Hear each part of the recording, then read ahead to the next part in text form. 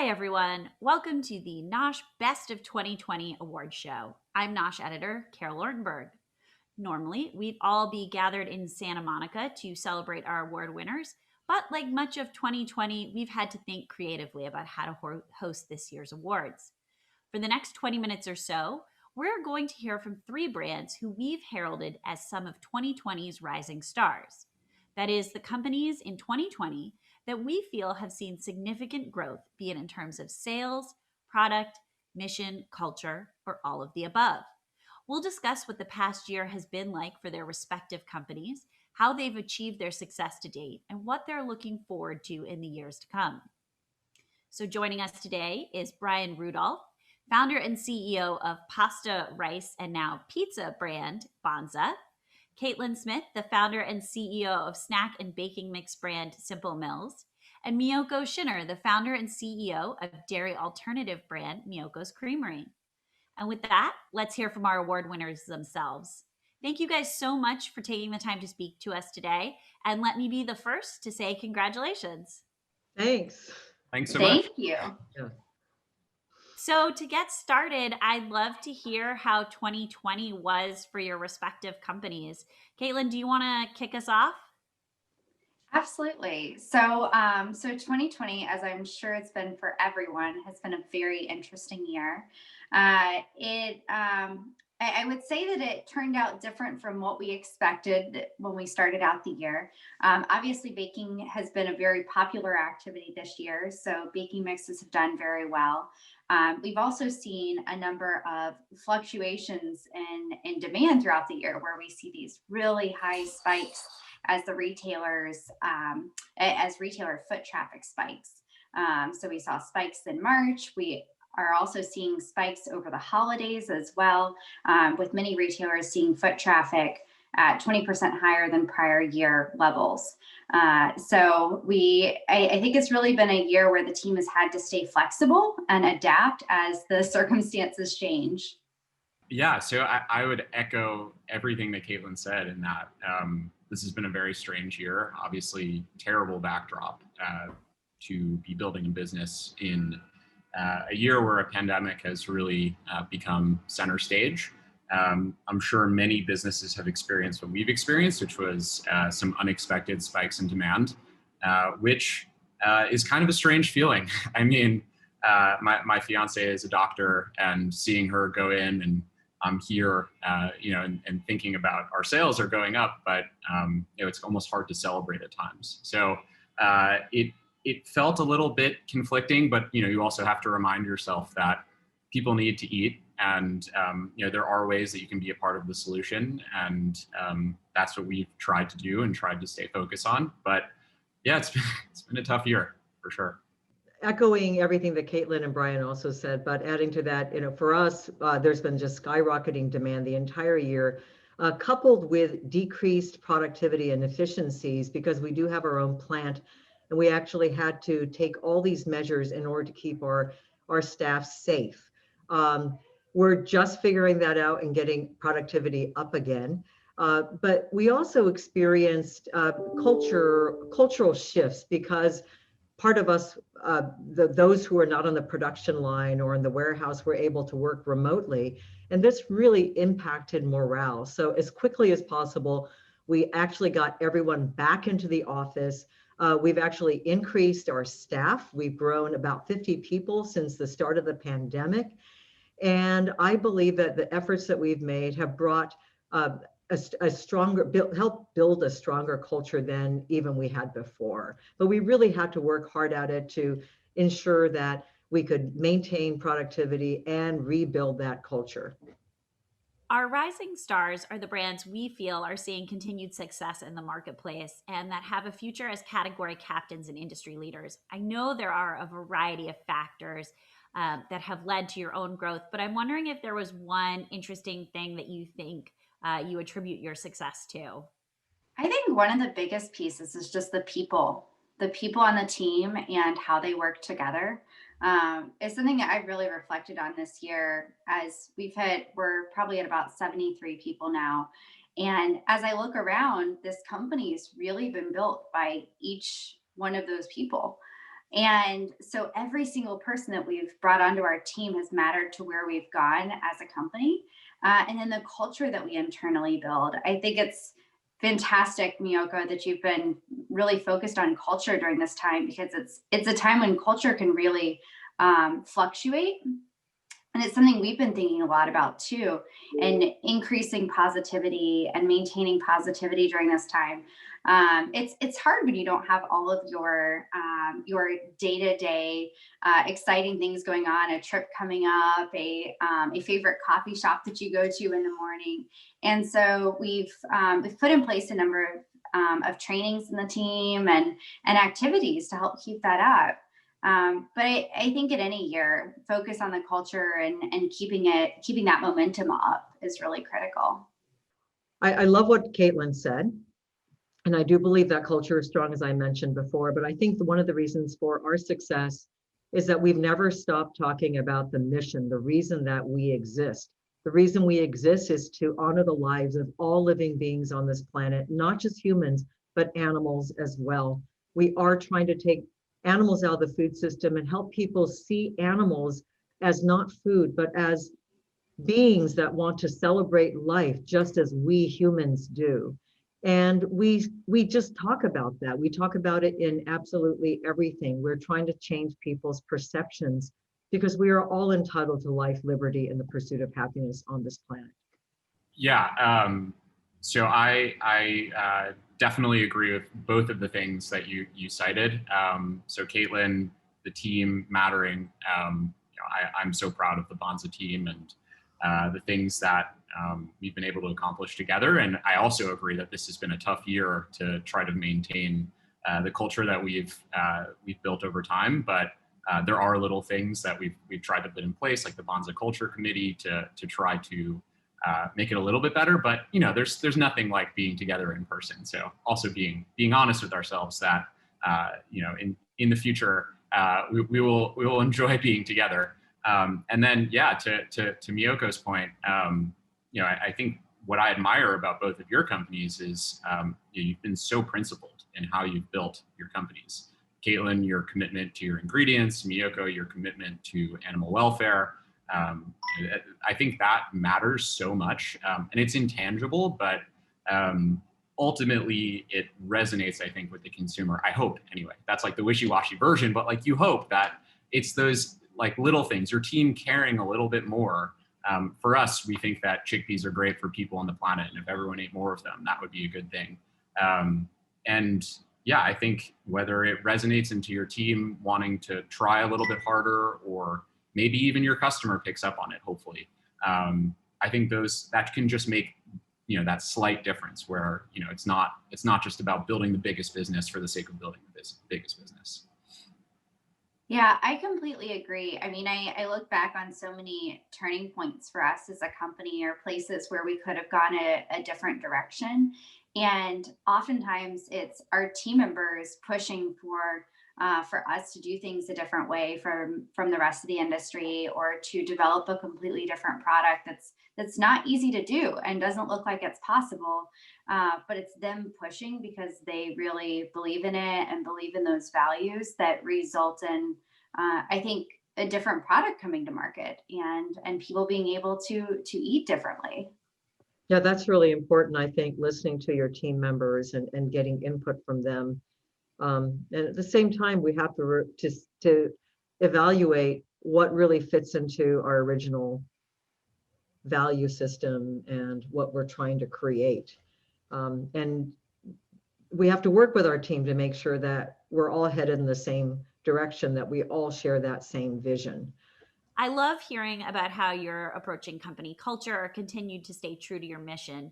But one thing that strikes me about all your brands is that you make food that is really targeting the average consumer. You offer them a better, healthier option to their conventional favorites, be it desserts or cheese or pizza or pasta. It's easy to understand.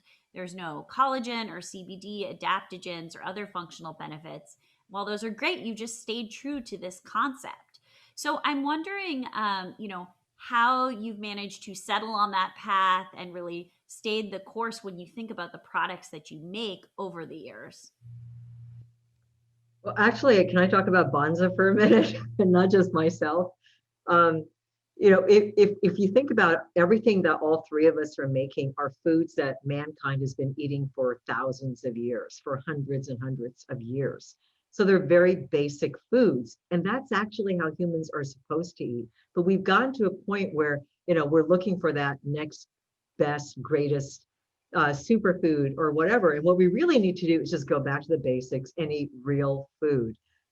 We just want it sexy. And so when you take something like beans, which, you know, I I've always eaten a lot of beans, but Americans don't want to eat beans. They want to eat their pasta, they want to eat their steak, whatever it is. So if you can take something like beans and make them sexy and turn it into pasta and pizza, and now you're getting all that fiber and that protein, and you're getting your beans, but you're getting it in this sexy form factor. Or even us, like we're just making things out of nuts. We're also using legumes that we're turning into cheese or dairy products. I mean, we're reinventing the wheel. We're taking those basic foods that mankind's been eating for thousands of years, and we're giving it a different form factor in a creative manner. We don't have to incorporate aptogens or adaptogens or whatever the terminology is. We just need to eat real food.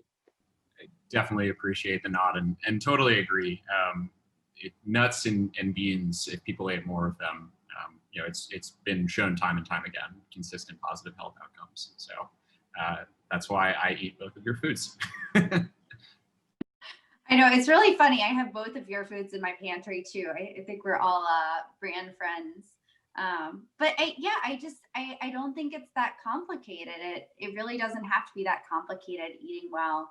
And I think that that's part of the reason why I started the brand originally. Was it was just, if we can get people to eat simple, whole food, nutritious ingredients, eat them more often, then people will eat better. And the two crucial things to make that happen are convenience and taste, and not making it too difficult or scary for people, making it approachable. And I think that really is the secret behind all of our success.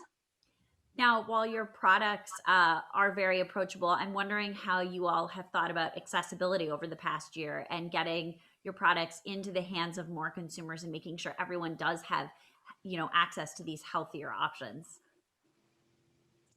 Well, we're definitely thinking about price point because we did start out as a premium brand. And this year, in the middle of COVID, we launched products that were at a lower price point. And we're constantly looking for ways where we can diversify our consumer base with products that are more affordable. I mean, I think that's one of the issues with premium organic whole foods based products is that they've mostly been purchased by those who can most afford it. But everyone deserves to eat a healthy diet. And we need to all figure out how can we make these products more approachable, more accessible, more affordable. Yeah, I think we'd like to believe that our product is relatively affordable. If you think about it, $3 for a box of pasta, almost 800 calories. You could make a meal for two for $5 with a jar of pasta sauce. So it's affordable, but we're always challenging ourselves to think of how we can make it even more accessible. And yeah, this year in particular, I think it's hard because with the spikes in demand, we're mostly just trying to figure out how to keep up at our plant. So instead, we've made monetary donations to food banks and things like that as our way of giving back because it's just a weird year. Yeah, I think that's been one of the places that we've thought a lot about as a team too, is just there are a lot of people in need this year. And so we've thought about that in terms of holiday donations. So we're actually donating on behalf of every employee for the holidays, and we've also been working with farmers in our local community because one of the impacts this year with restaurants not doing as well has been on organic farmers. And so we actually partnered with them to help get more of their produce in the hands of consumers directly. So the food wasn't wasting on the field like it was at the start of the year. And so that's been one place that we've thought about it. But I mean, I think the other place that we really have to think about accessibility too as an industry is in getting food to people in their local communities, so food deserts, and getting our products out there beyond just the Whole Foods and the natural food stores that are in the great neighborhoods. And so that's something our team has been focusing on as well. Caitlin, those are all great points. And Miyoko, you alluded to this a little, mentioning that you launched a new product this year. I know all three of you had new launches this year that brought you into new categories or targeting new shoppers. I'm wondering how you think about the evolution of your brand and kind of where you want to go next. Is that new parts of the store? Is it new shoppers? Is it new price points? How are you approaching that in 2021 and the years beyond? All of the above. um, we're further trying to refine all of our products to ensure that we're meeting the needs of as broad a consumer base as possible. This coming year, we'll be launching some products that we hope will get into the hands of kids and parents while maintaining a high level of integrity in terms of the ingredients. Likewise, as Caitlin said, we have also been trying to work with various organizations, donating as well, and trying to reach communities that we wouldn't otherwise. Yeah, so this year we introduced pizza, which we're very excited about, and it's very similar to pasta, I think, in a consumer's mind. So it's so far, at least, it seems like it's resonating, which is exciting. But yeah, as we think about the foods we want to make as a company, one thing we get really excited about is center of the plate foods, whether it's pasta or pizza. There's something really nice about making a food, at least for our brand, that brings people together and people can share around a dinner table. And I hope that we can keep that up for as long as possible as we think about where we go next. I think one of the exciting things about 2020 for us has been the ability to focus more on the future innovation. And so it's given our team a little bit of time to focus on that. And one of the places that we've really developed a passion for as we learn more about it is regenerative agriculture. And so we've started working in this space. And for those who are less familiar about regenerative agriculture, which I was, it's really this opportunity to build healthy soil, which in turn improves watersheds, it improves the health and nutrition of the food that comes out of it, it helps sequester carbon. And so I just see this amazing opportunity for our food system to be a part of the solution.